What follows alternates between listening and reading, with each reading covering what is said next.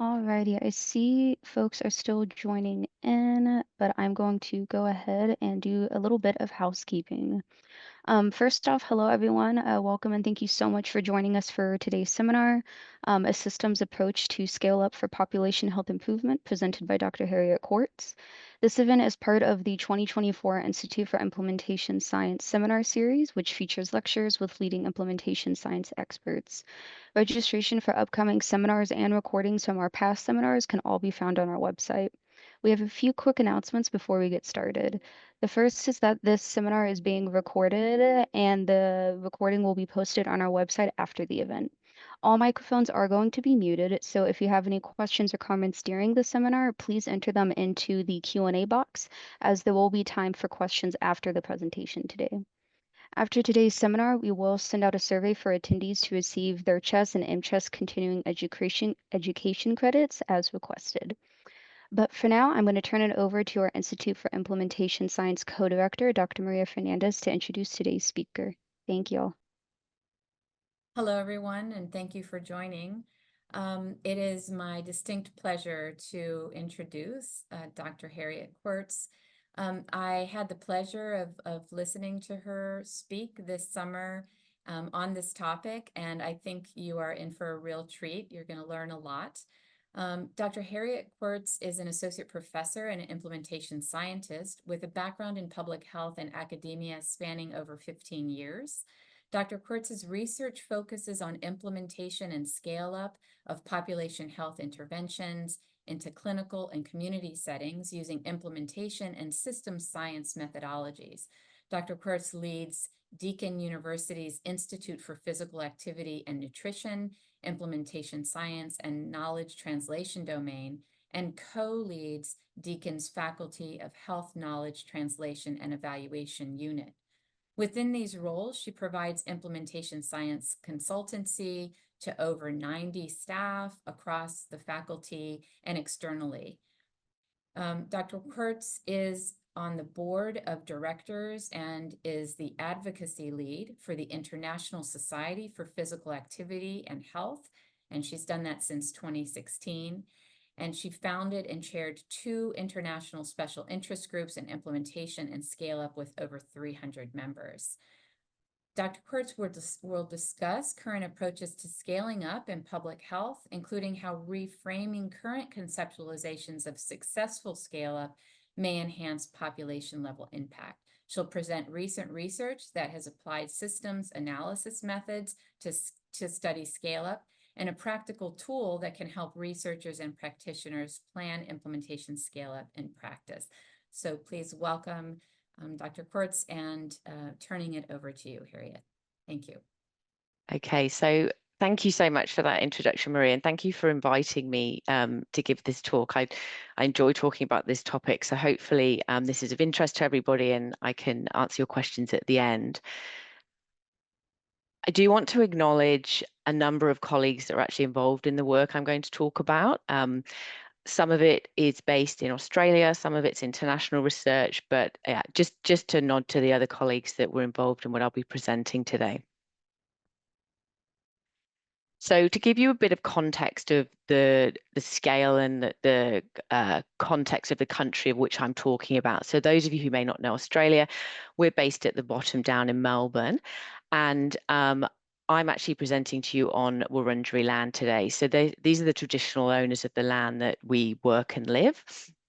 And sort of size-wise geographically, whilst Australia is not too dissimilar to the US, we actually only have a total population of about 26 million people, whereas you have over 300 million. So we have vast areas of rural, remote communities, parts of the country where there are, hundreds of kilometers in between townships where people live. So it just means that in terms of when we're trying to scale health interventions, there are a number of local kind of complexities that we have to take into account when we're trying to do this in public health. But the other element of context that's important here is when I am talking about scale and I'm talking about Australian data, I might just be talking to a state, so one of those coloured areas, or I could be talking across the whole country. We tend to do both. Now, for this talk in particular, there are three areas that I want to go through. So firstly, current approaches to scaling up in public health, and I just want to challenge whether we can reframe our thinking on this, how we've been studying scale up in research and what we can actually learn from systems analysis methods.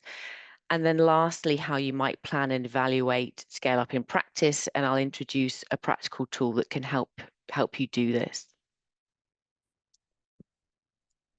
Now, before I get into it, I'd like you to just in your mind think how you would define successful scale up. So you may not necessarily do research or work in a role that involves scaling an intervention, but if somebody said to you, okay, this intervention has been successfully scaled, it's successfully disseminated across a whole community or a country, what in your mind would that include? How would you define that it's successful? And just keep that in your head as we go through the talk.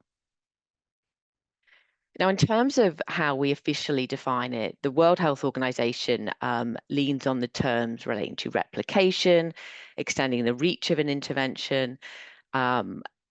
Critically, it's about successfully tested interventions and successfully tested in a pilot or an experimental trial. But ultimately, it's about reach, potentially equitable reach, and lasting basis. So we're looking at sustainability. Now, whilst that might be the definition, is what we know in practice is a lot of interventions don't necessarily have prior testing. They maybe become implemented at a scale because of political timing. There's an opportune moment for government funding, et cetera, et cetera. So this would be the ideal, but what I'm going to present today is not just what we might want to achieve, but also what actually exists in practice and what we can learn from that. And it's nothing new. So, you know, the United Nations, WHO, for decades has been including in all of their strategies and action plans this real emphasis on the need to scale up and to make sure that we have resources on a scale that's sufficient to achieve population health, et cetera, et cetera. But historically, we know a lot less about scale up than we do about other areas of public health. And in fact, in implementation sites, we know far more than we do in scale up. And the challenge with scaling up in particular is the time it can take. So there's some research that suggests it takes around 15 years to go from a pilot trial to national level implementation. And that dollar figure there of around 40 million, the equivalent, is about sort of 30 odd million US dollars. So that's just for one intervention to be scaled across a state, which in and of itself, not a huge amount. But if you think that that applies to one health behavior in one state, you can imagine if you extrapolate that across all the different health problems that we face, how quickly it becomes an economic issue when we don't always know which interventions are most likely to be successful at scale, how to scale interventions. And given it can take over a decade, we're really, governments in particular, are having to buy into programs, potentially not having all the information about whether they'll lead to a population effect. So there's cost implications to this process. Now, I just want to bring everyone onto the same page in terms of what our current perspectives are on scaling up. And this is a sort of really generalized view, but if you weren't familiar with this literature, this is typically our understanding so far has been that you commence with an efficacy trial in an RCT perhaps, you maybe then move to real world impact in an effectiveness trial, and then you're moving to more wider dissemination at scale. And you sort of do this staged approach. And this is a very research-driven approach. So this is typically when we've achieved research funding to develop an intervention. It does really well, and then we want to go, wider. And this is sort of seen as the epitome, I guess. So scale-up success is often the epitome of health promotion. And there's nothing inherently wrong with this perspective. It can see scale up as an end in and of itself, whereas scaling up doesn't actually end. But the reality is, if anyone's been involved in trying to scale an intervention, and in the last 15 years, I've been involved in probably 5 trials in clinical and community settings that have tried to follow this process. And it's extremely difficult, and it often can involve a substantial amount of luck. And so the parts where it says stop is that you maybe have buy-in at certain stages of a rollout, but ultimately to get to full-blown, wide-scale, sustainable scale up is actually in physical activity in particular is a minority, but also in general public health. And as I said, there's nothing inherently wrong with thinking in this sort of way. It just has implications for the appropriateness of our evidence base, how we then approach scaling interventions, and then ultimately the likelihood of sustainable systems change. So that's what I want to talk through today. Now, this image on the right is one of the many images we've got in our field around research translation. You can see scalability is sort of positioned towards the end. So our mental models of this tend to think of what's the problem, what's the health issue, how do we intervene, and then we start moving to testing and then ultimately scale. And we've known for, 20 odd years that if you start with the end in mind, it's potentially better for translation if you're thinking about future translation at the idea generation stage, so right down at the start, and that the real world spread and scale of interventions has been typically considered as a bit of an afterthought. So as you can see, this particular paper around pathways for scaling up, this was a study that looked at 40 public health interventions, and they wanted to know, so how do these public health interventions get to scale? And only 55%, so half of them, actually followed that linear trajectory that I showed you with the mountain. So the ones at the top, there was development and it followed every step from efficacy to real world trial to then wider dissemination, whereas 50% didn't. And as you can see, it varies. The ones at the bottom, the 15%, it was development straight to then wide scale dissemination.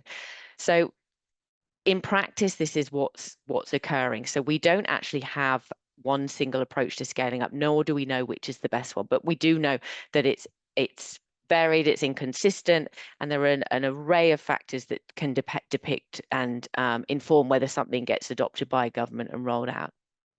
The other real important element to this, there was a really nice paper by Nancy Edwards where she emphasized about the fact that scale-up pathways are really non-linear, but that program reach, which she conceptualized as the spatial dimensions of scale-up, such as location or proximity of adopters, that really dominates our discourse, and it's been a real focus in public health.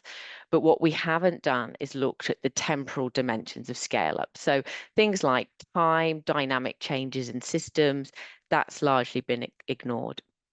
Now, in terms of how we approach scaling up from a theoretical and paradigm perspective, this study by Trish Greenhalgh and Chrysanthi Papuzzi, they looked at in health service research. So how are innovations spread across health services and what are the paradigms that are typically used by academics, I guess? And there were three that they identified. So implementation science, social science, and complexity science. So when implementation science was adopted as a paradigm, it was typically mechanical. So it focused on a sort of sequential and a mechanistic spread of interventions. Now, the alternative paradigm was social science. So this was where spread and scale was more of a social action. So it focused more on the mechanisms that underpin scale up, and the change logic was social. The last area was complexity science. So this was where there was a real focus on adaptive change, and the change logic was ecological. So it really recognized the need for adaptive change at different levels, and it emphasized unpredictability.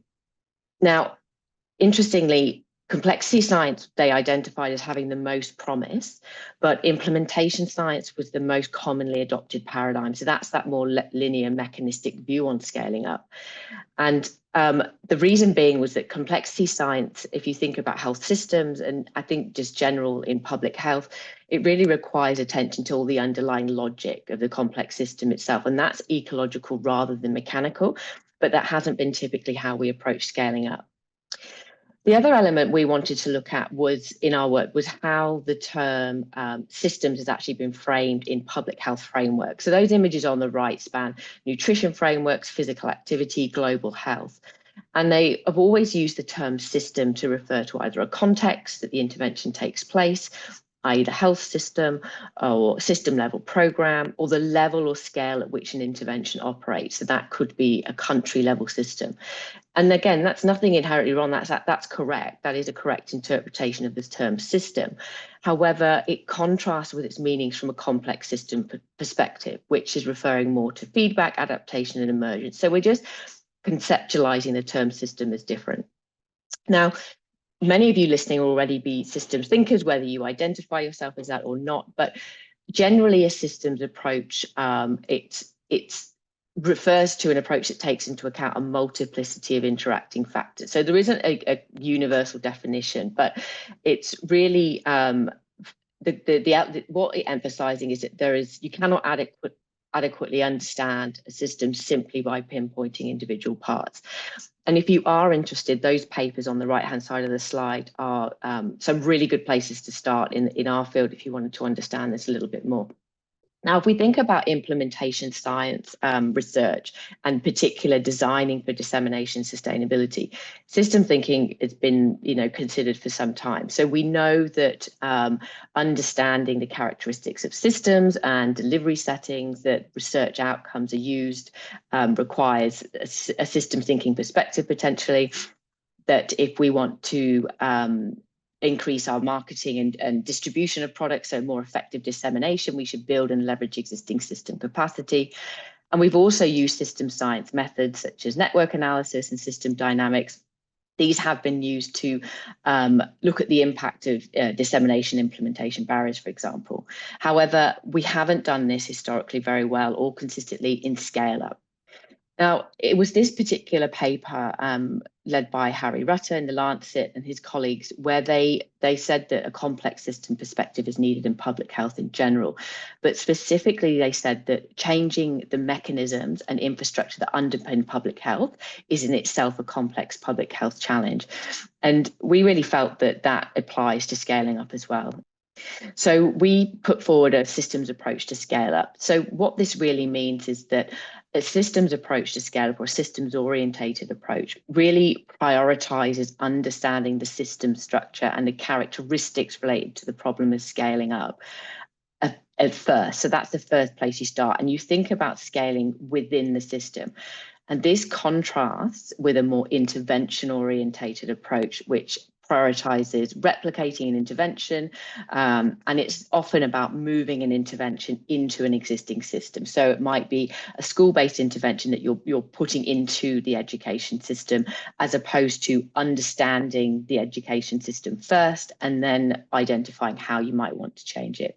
And these sit on a spectrum, but either way, ultimately, scale-up activities should generate change within the system to achieve a population health outcome. So in a nutshell, if you're thinking more of an intervention-orientated approach, you're probably prioritizing reach, linear expansion and replication of an intervention, versus on the right with a more systems perspective, where you prioritize the behavior and the function of the system first, and that then can elucidate how you might want to intervene. Now, we know that systems thinking has been around for a very, very long time, but we wanted to look at whether systems approaches have been used in scaling up, but specifically for NCD risk factor prevention. So interventions that target diet, physical activity, alcohol and smoking. So we reviewed the literature and we categorized interventions as having either a high, moderate or no use of a systems approach, to try and just see how much is this being adopted and does it differ by the particular health behavior. Now, essentially, but I'm not going to go into details of this slide particularly, but as you can see, most interventions didn't have a systems thinking approach. But interestingly, of the ones that were more on the high end, they often had a focus on alcohol or they had tobacco, so smoking. So in terms of the health behaviors, in terms of where thinking might be progressing, it sort of started to imply that maybe studies in alcohol and smoking were maybe more in a systems thinking perspective when it came to scale up than diet and physical activity. But just to point out that even if they were a no, the intervention still maybe had multiple intervention components targeting multiple sectors. But the real difference was that the recognition of complexity of the system and the relation between system elements was not targeted or explicitly articulated. Whereas the high-use ones, this is where they really had an explicit focus on the relation between system element. And it was really explicit in the papers that they understood that to create a population impact, you really had to understand system factors. Now, one of the key findings from this, which was interesting, was that so 71% of those interventions actually stated in the papers that they were designed for scale, whereas only 19% explicitly use system thinking. So what this is telling us is that our current perceptions of what it means to design an intervention for scale does not necessarily include a consideration of system factors. Whereas only 5 of those that were designed for scale followed that linear translation pathway. Now, if you remember at the start of my talk where I showed that the mountains with the efficacy to then widespread dissemination, only 5 of those that were designed for scale followed that. So it's implying there's potentially a move away from that replication approach. Now, I just want to talk a little bit about how systems analysis methods can be used to study scale up. Now, this study we conducted in 2018, and it was really to understand physical activity and nutrition interventions that have been scaled across Australia and look at them from a systems analysis perspective. So to try and understand what were the mechanisms that specifically underpin those interventions. And all of these interventions had been rolled up by a government, either state or nationally. Now, they didn't need to have had evidence for impact. It was simply that a government had said, yeah, we want to fund these and roll these out. And we also wanted to look at how the WHO framework for scale up had applied to these particular interventions. So the WHO framework suggests that there are 5 really important areas for scaling up, but we don't know how they relate to actual practice. And the only other part of this slide that's useful to take away is that we combined realist evaluation with causal loop diagrams. So for those that aren't familiar with it, I'm not going to go into detail, but essentially a realist evaluation is where you identify a context, a mechanism, and an outcome, and you produce CMOs. And we wanted to identify CMOs from interview data and depict those in a causal loop diagram. Now, what you're looking at now is the simplified version of this causal loop diagram of scale up. So any bold black line indicates that there was a positive relationship identified in the interviews. A negative relationship was shown by a dotted line. Now, all of those 5 bubbles highlighted in red are the WHO areas. So already we can see that the framework is represented in how scaling up occurs, which isn't a surprise. But what's already interesting is that you can see how complicated the relationships are. It's not straightforward that all of them were definitely positively related. Some could have a negative relationship, and the number of lines shows the interactions. So they're weighted differently. What you can see in the center, those darker blue bubbles, are the 8 key outcomes for successful scale up that we identified. And this was from the interviews. So those 8 were the critical ones that needed to be achieved that would then lead to an intervention being scaled. And these are the perspectives of researchers, practitioners, funders, policymakers, okay? Now, all you're looking at now is an exploded version of that map, and I don't need you to see the detail, but the coloured areas correspond to those WHO areas, and then you can still see those key 8 outcomes in the centre of the map. Now, what you're looking at is there are 63 different pathways. So 63 different contexts that then led to a mechanism which led to an outcome in that map. And there were 53 discrete mechanisms. So they potentially, we haven't got as far as to test these, but they could potentially be leverage points. So that arrow there in the red shows as a context. So that's the start of the pathway.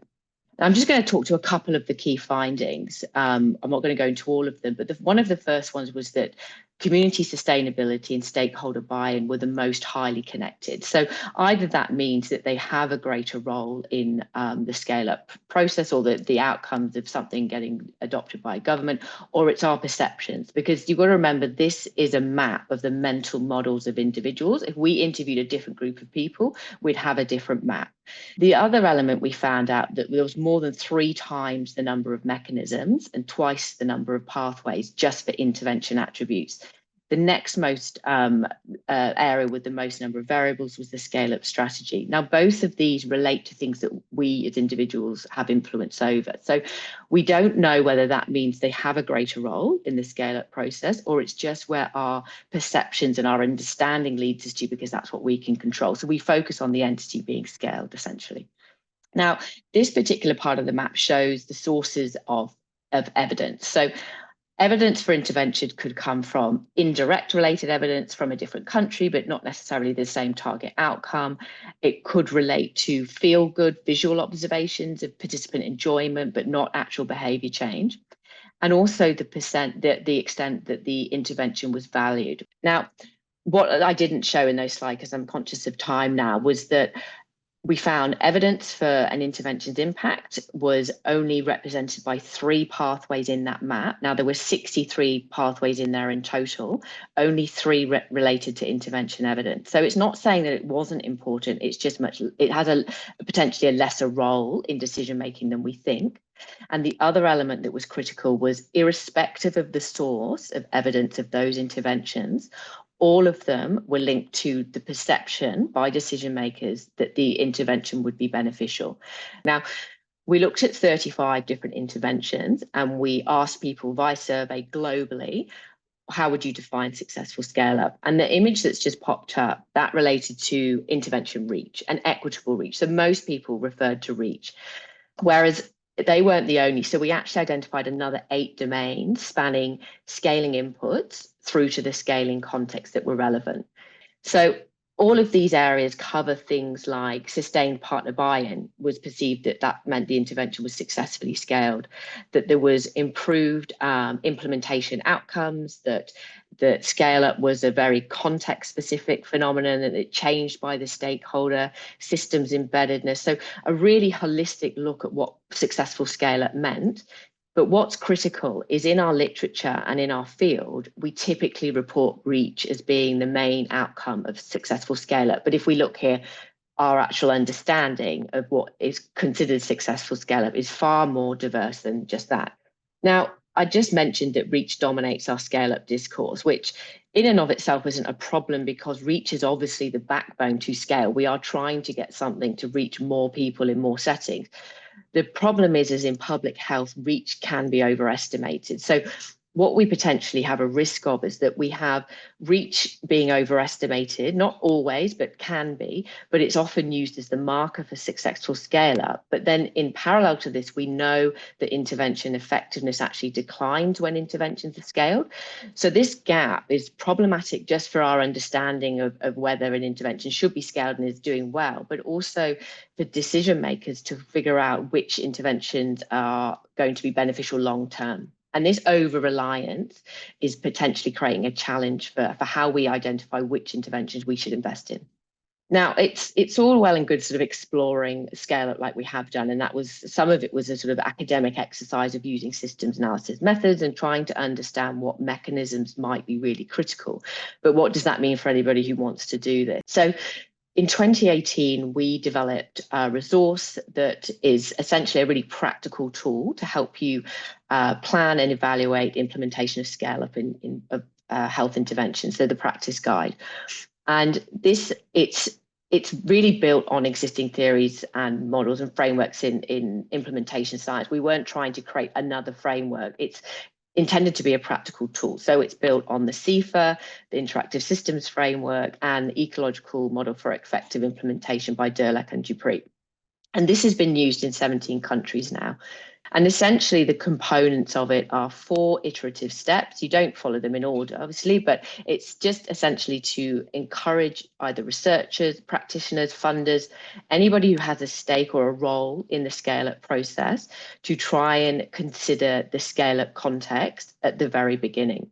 So it's just the emphasis is that the intervention is not that we don't consider it, but it's not the first thing we consider. You can run these as workshops. These are meant to be an in-person roundtable activity, and we've done these nationally, internationally. And you can also use them in research. So you can use the guide to underpin your actual study design. There's examples of interview questions and also focus groups to help either evaluate scale up retrospectively or do a prospective scalability evaluation. And I can talk to anyone about that offline if that's of interest. So where to from here? I think hopefully what I've managed to convey is that the linear to context sort of outcome depictions that we have of scale up, it's tended to emphasize systems as a contextual influence. And what this risks doing is oversimplifying this complex interactions between the perceptions of the people involved in scale up, their worldviews and goals, but also then the decisions that are made as to which interventions become funded, and then ultimately the likelihood we get a population health impact. And that the variable and dynamic relationships that happens between the mechanisms underpinning scale up and then subsequent outcomes are complex. Now, we know traditional linear approaches might not adequately fit dynamic and unpredictable ways that health services and communities actually exist.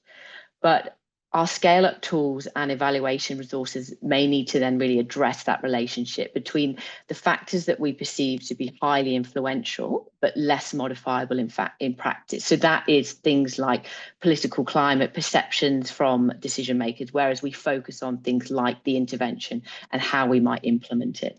And the other point, just about the value of systems thinking, is that they help us conceptualize and study the problem in a different way.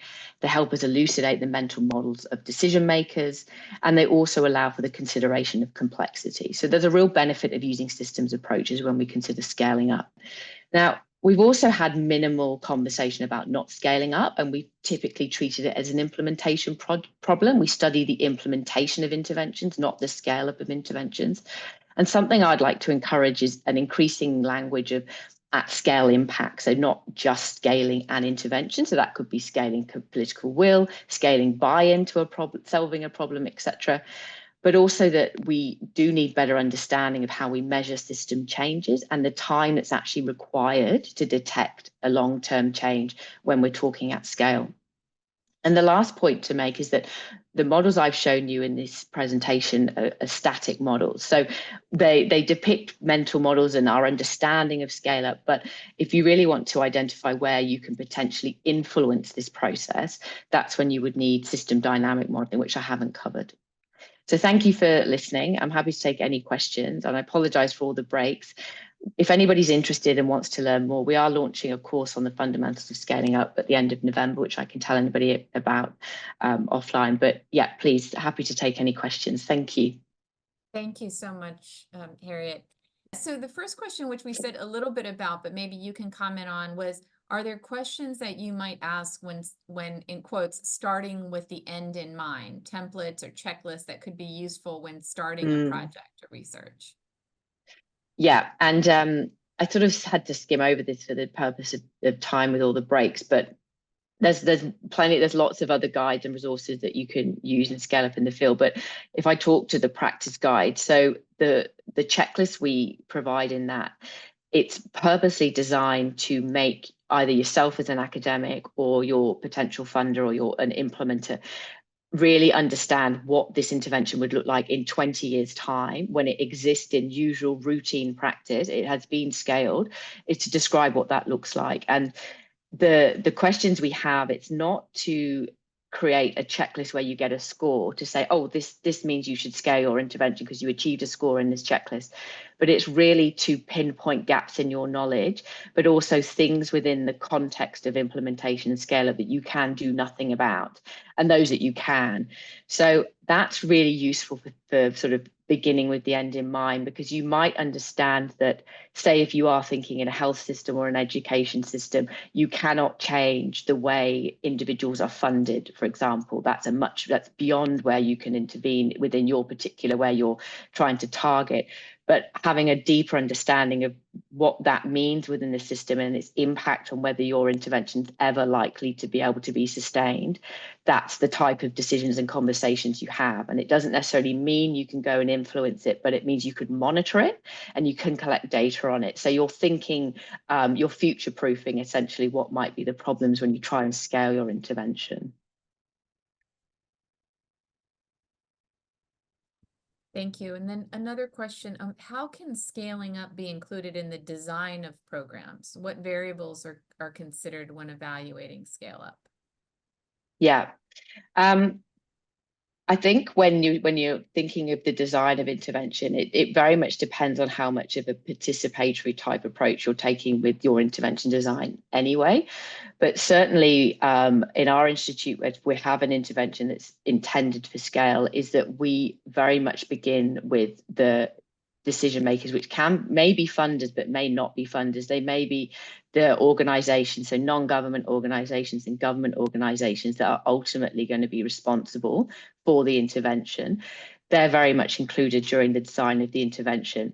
And we capture their perceptions of not only the likelihood of that intervention having potential impact, but also the perception of its influence in government. So it's a long answer, but in the diagram I showed you, the systems model, and one of the key variables to an intervention being successfully scaled was decision makers, so government decision makers, perceptions if an intervention would be legitimate. And we rarely collect data on that. So that's the type of information we want to collect, is what evidence is going to be influential in decision making? Is the intervention likely? What's its perceptions? How will it be perceived within government, for example, to actually solve the problem of obesity or whatever your health behavior is? So it's tapping into perceptions, the worldviews, the goals, the belief systems of decision makers that are at the end, ultimately, of the scale-up process is probably a critical element, which we traditionally don't capture. We measure intervention impact on behavioral outcomes and implementation outcomes. Great, thank you. There's another question. This is a quick one, so I'll get this first. That they said they could access the article. Can they also access the tools that were listed? Yeah, sure. I can provide all those. Great, great. And then the last question I see here is that how does this apply to scaling down an intervention when you need to implement what is a statewide intervention, for example, general public health interventions such as promotion of a tobacco quit line, in a more tailored way to increase community uptake? Yeah, that's a really good question, something that has not been looked at sort of I think I said in my take-home messages that about not scaling at all for starters, but also reining something back. I think the practice guide, because it's meant to be a facilitation tool for conversations around what is and isn't working and what we need to do differently. That could certainly be used to understand how to scale something down in terms of making it more adapting it to be more locally relevant to, it's whatever is not working, whatever your evaluation is saying, this isn't working and we need to change it. But I think if you're thinking more broadly on the question of whether something should be de-implemented or descaled, that's certainly beyond my knowledge base. That's a real area that we don't have good knowledge on. But if anybody does want to try and use the guide and give me feedback on how you can or cannot use it for those types of questions, like to descale something or change how you're scaling something, your process, that would be really useful for me, because we'd like to try and improve it to help answer these types of questions. Yeah, and Harriet, I sort of interpreted that one as if something has been scaled sort of broadly and it's general, how might it be modified? So I do think it has to do with adaptation so that it is more acceptable and fits with a particular community. And that actually is related to this other question that just came in that said, and the person says that they're new to implementation science and curious about the distinction and or intersection when considering adaptation of interventions and scaling. Yes,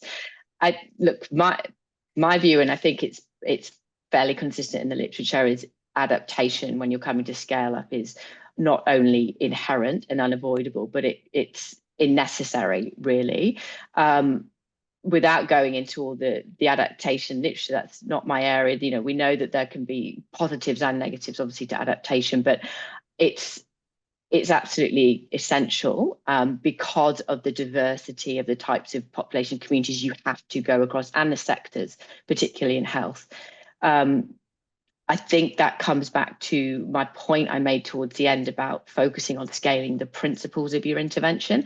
I think if you have a focus on scaling intervention components, needing to do X, Y, Z for X number of days, that can become problematic because it just is not often feasible in reality at a scale to maintain that level of fidelity, nor would you want to. So I think if you can shift your mindset to think, what are the principles of the intervention that we're trying to get people to do, and then how they do it can be adapted accordingly, but the principles remain the same, then you can still ultimately achieve that behavioral outcome. So adaptation is a core part of scaling, for sure.